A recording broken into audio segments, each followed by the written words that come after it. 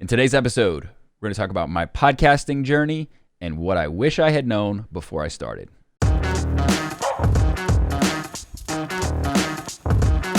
What's up, fam? Welcome back to the show. I'm your host, CMH, founder of StartupU, an online business school to help online business owners.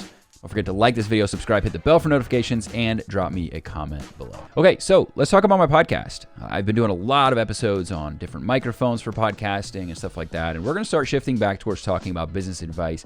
I just want to cap it off with what I wish I had known, and also talk a little bit about my podcasting journey.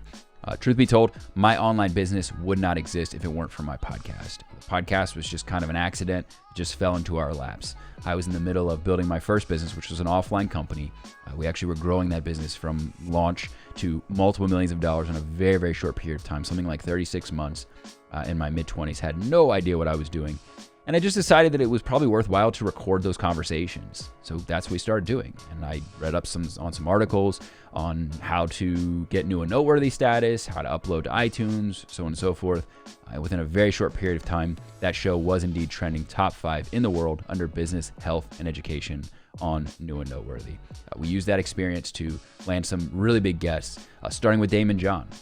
Once we landed him, we used that as an opportunity to reach out to other people and say, hey, the show's trending. We've had Damon John on. Would you like to come on the show?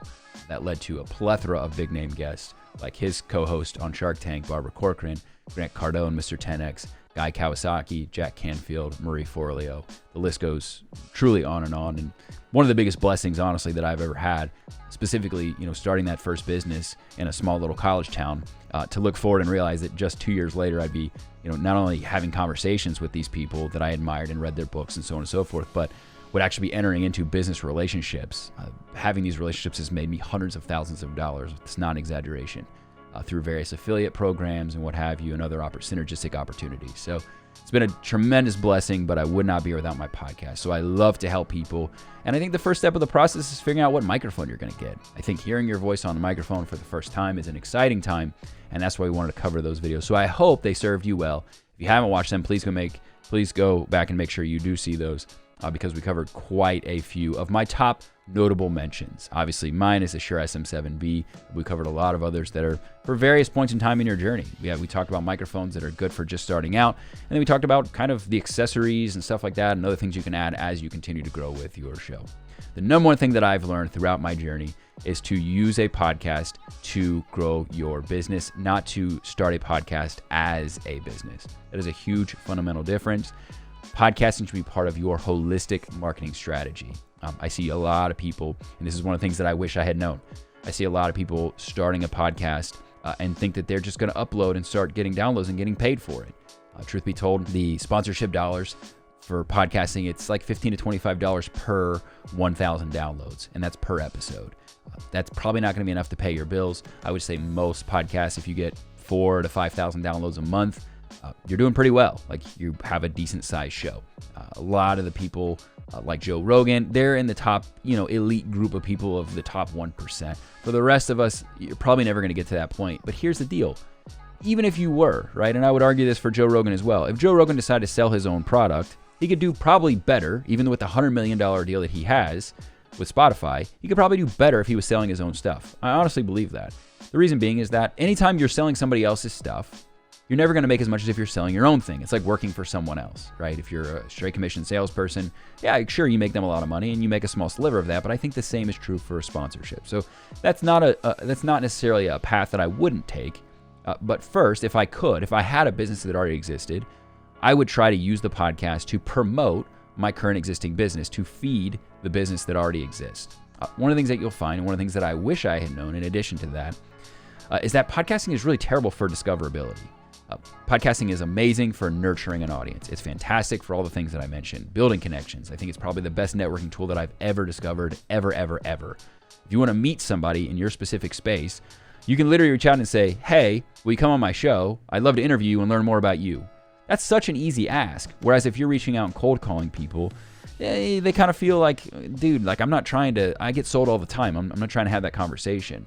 But if you have something to offer to them, if you have an asset that you can use to leverage, to provide value back to them, exposing them to your audience, usually they're then open to having more conversations. So if you are trying to make sales, one of the things that I've done strategically is when we roadmap out who we're going to have on the show, typically what I do is I find people that I'm not trying to solely sell them. I do want to build a relationship with them, but I see people that I'm building out a network of folks that could potentially help me with something down the road, whether that's investors, whether that's people that could be a guest expert on one of my programs, whether that's people that could show up in my book club community, whether that's people that I'm involved as an advisory board member for another company that they have connections that I need that I can leverage, or truth be told, sometimes just networking for the sake of networking. You never truly know when an opportunity is going to arise that requires some connections.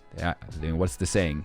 Your net worth is only as good as your network, right? So for me, I've really used it as an opportunity to continue my learning and my growing as an entrepreneur and expand my Rolodex of connections in a way that truly I don't think would be possible otherwise. All right, something else that I've learned that I wish I had known is the amount of time and effort and energy that goes into this. And the reason I say that is because, sure, it sounds great when you listen to somebody's show and they're all jazzed and hyped and you listen to these conversations and you think, I could do that.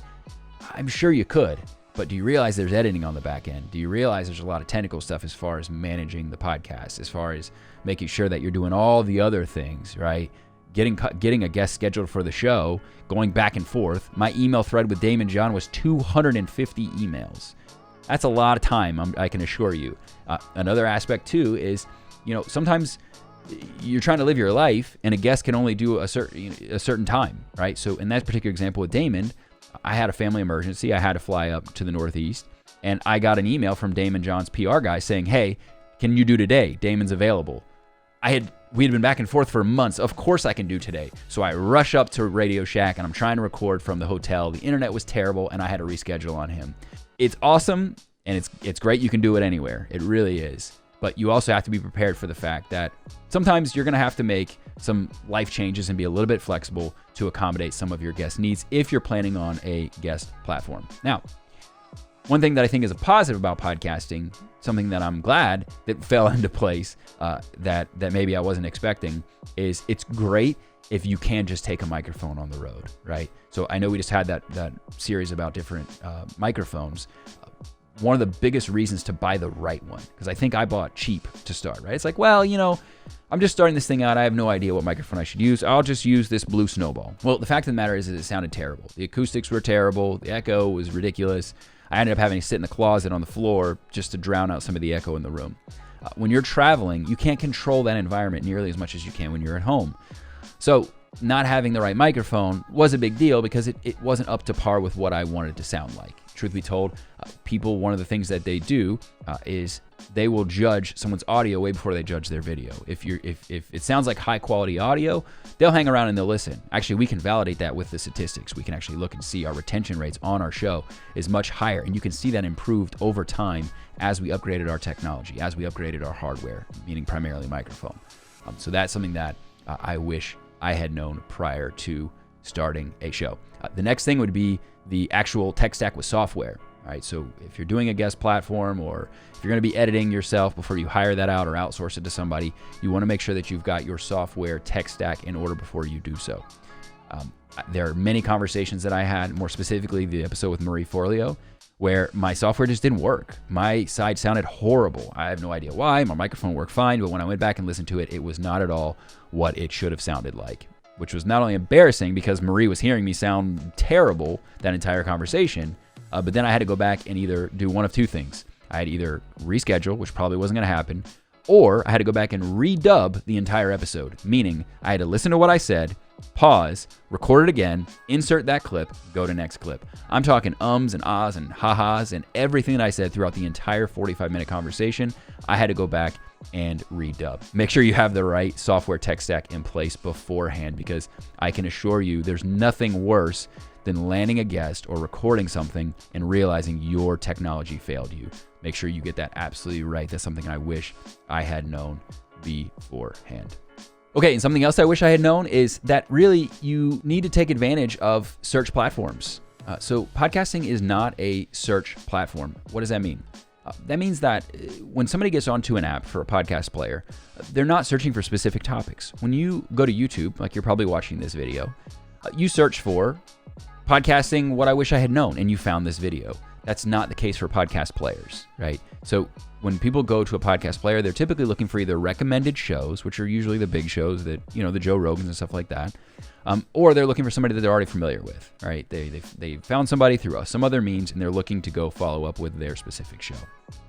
It's extremely hard to even get those people to leave you reviews. It's not like an app where you're playing a game or something and it pops up and says, hey, leave this show a review. That doesn't exist. So it's really hard to get reviews. It's really hard to get people to find you. It's really hard to get them to subscribe. These are things that I wish I had known beforehand, because what we ended up having to do as a result was use other means to drive the podcast. So I had to launch a blog. We started using social media to drive people to the podcast.